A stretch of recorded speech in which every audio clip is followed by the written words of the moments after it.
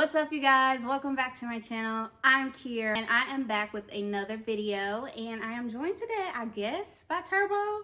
He's probably a temporary guest because he has doggy ADHD brain, so he'll probably go do something else that has his attention. The purpose of today's video is to share with you guys the steps that I took to begin my journey towards financial stability, because while it's still new to me, I am seeing the results of just making certain decisions and making certain shifts. And with that being said, I wanted to share the things that have been successful and that have been working for me. Obviously, my dog has left me. So financial stability is really a big goal for me. According to CNBC, 58% of Americans are living paycheck to paycheck, especially after the inflation spike. This includes 30% of those earning $250,000 or more. So that just goes to show you that just because you're making a whole bunch of money does not mean you know how to manage it. We hear so much about people living paycheck to paycheck and being one emergency from, being put in a really tough financial position. So for me, being financially stable means being in control of my money and not letting my money control me. So being able to tell my money where to go instead of my money just leaving and being like, I'm out, I'm going to that credit card payment. And I would like to pay down my debt. Before I start talking about my finances, it's important for me to note that me and my husband have a joint checking account where we share our joint expenses. So rent, utilities, all that good stuff that we have agreed that is an expense together. Both of our paychecks, a certain percent of our paychecks go into that account. That for me, that's 60% of my paycheck. Because of the contributions that we make towards our account, all of our bills are on auto pay. We don't really worry about, did we pay rent this month? Are we paying utilities? Did we pay the phone bill?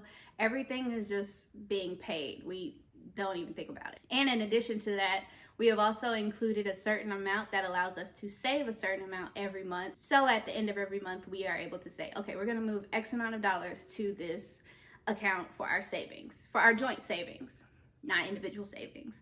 So I just wanna preface that. So when I'm discussing my expenses, just know that it's 40% of my paycheck. And I am okay with that. Don't go off in the comments I can't believe y'all split bills. He ain't paying. No. This is not a 50-50 partnership. We are both giving it 100, okay? With all those disclaimers and everything being said, here are 5 steps that I took to start my financial journey. And I would say I'm off to a pretty good start.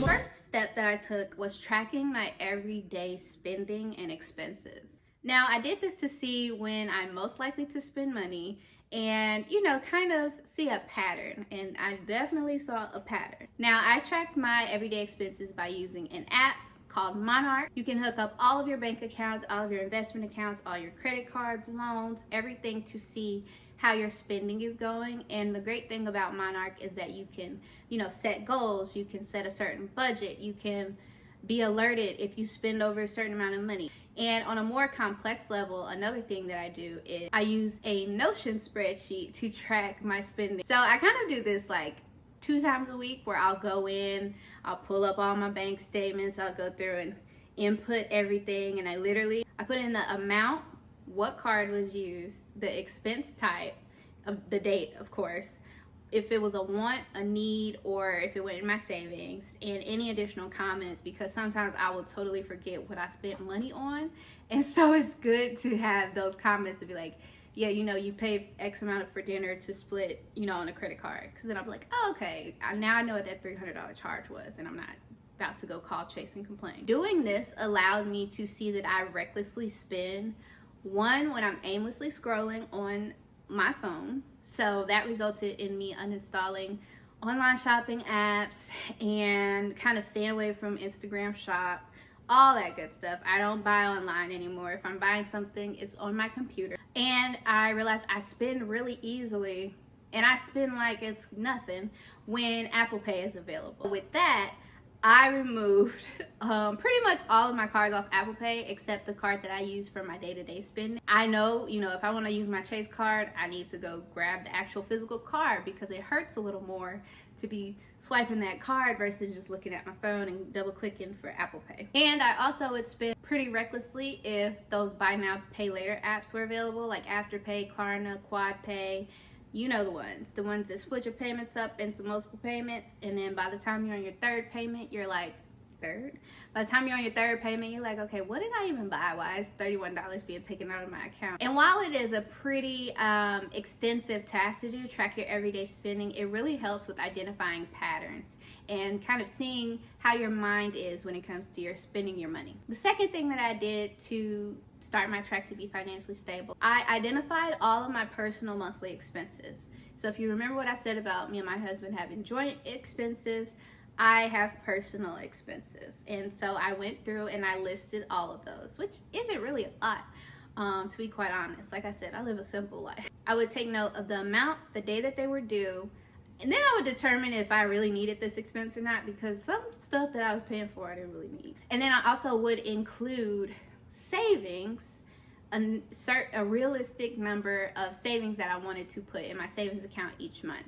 And this way I see it as a bill instead of something else. So I know that X amount of dollars has to go in my savings each month. It's a bill.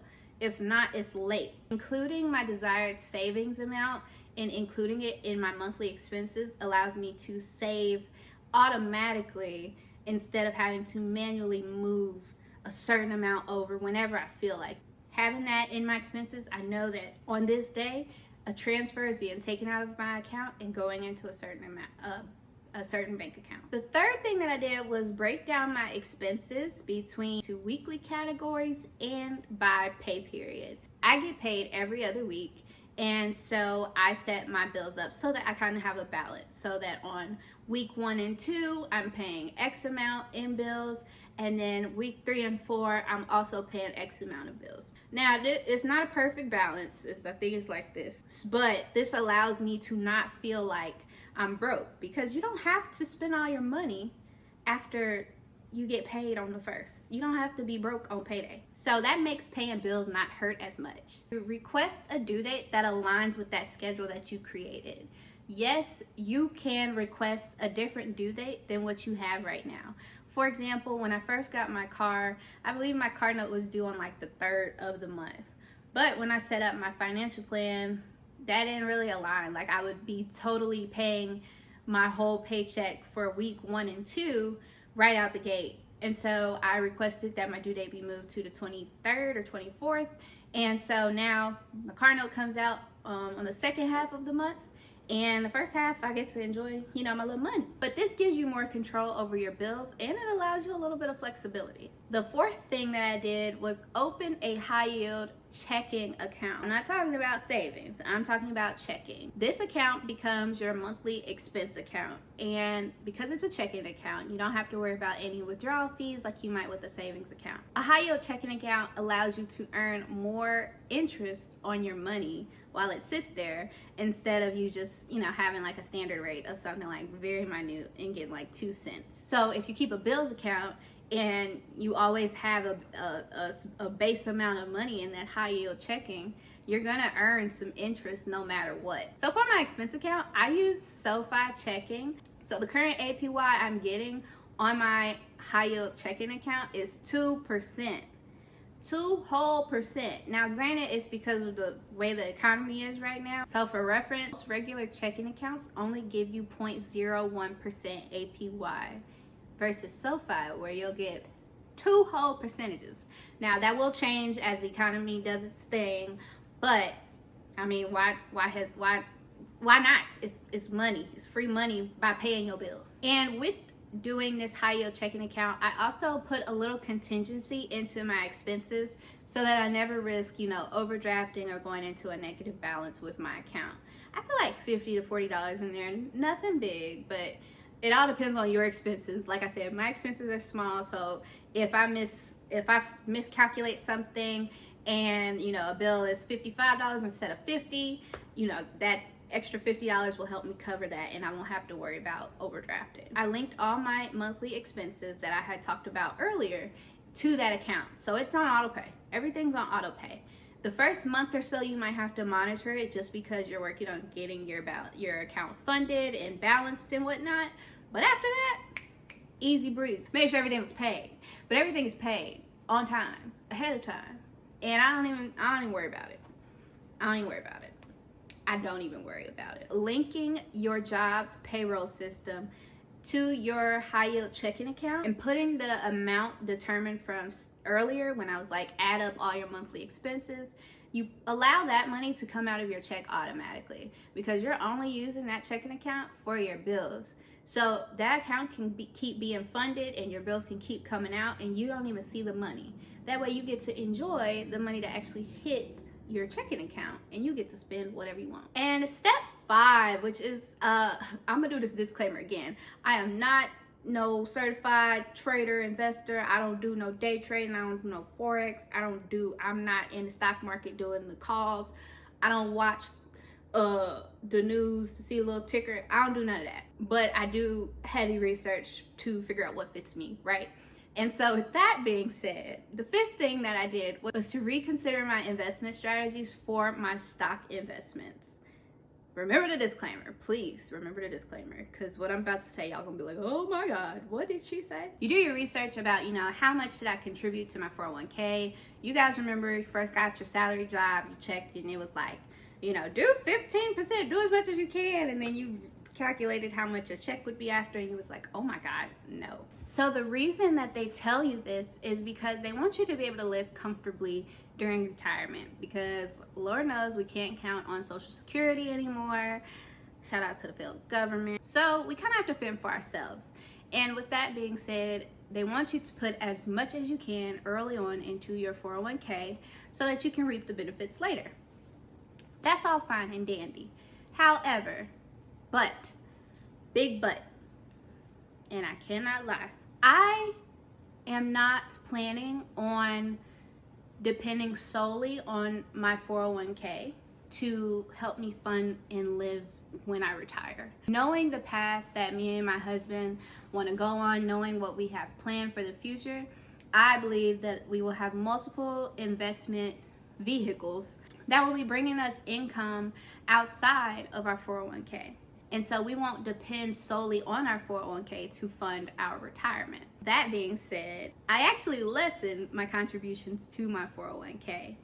And before y'all start calling my mama, and calling my daddy, and calling the financial planner, and calling my job, let me explain. I actually did away with the traditional 401k all around for now, as a 23-year-old for now. I actually switched to a Roth 401k. So the amount that you're contributing into your 401k is taxed right now and you reap the benefits later on, versus later on when you're 59 and a half and you're ready to withdraw and you take a big old, you take X amount of dollars, they take thousands, hundreds, I don't know how much they would take off, but they gonna get your taxes. You're not gonna just get the whole amount, And so based on where I am in my career, because I believe this is the lowest I'll ever be paid while I'm going up the corporate ladder, and the state of the economy right now, but I know when I pull them out when I'm 59 and a half that I will be able to reap some of the benefits of having the taxes taken out now versus later on. I'll say I get a promotion tomorrow, I might decide, I'm gonna switch back to a traditional just because I just feel more comfortable.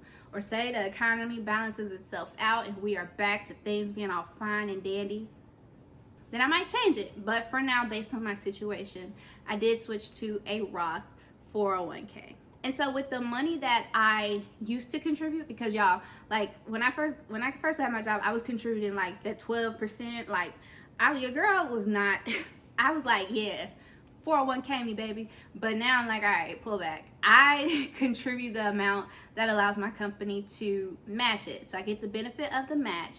And I still contribute quite a bit to my 401k. It's just through Roth, and my company still matches it. And so with the extra percent of money that I used to put in my 401k, I now allow that to come to me, and I put it into my you know, everyday investment account, my Roth IRA, and anything else that I might be saving to invest in the future, such as a property or something like that. So this just gives me a little bit more flexibility because I do pay attention to the market. I do keep up with the trends. I do research stocks, and my husband, he's like crazy research. Like, the man be watching YouTube videos explaining the stock market crash from the 1900s, and I'm just like, yeah.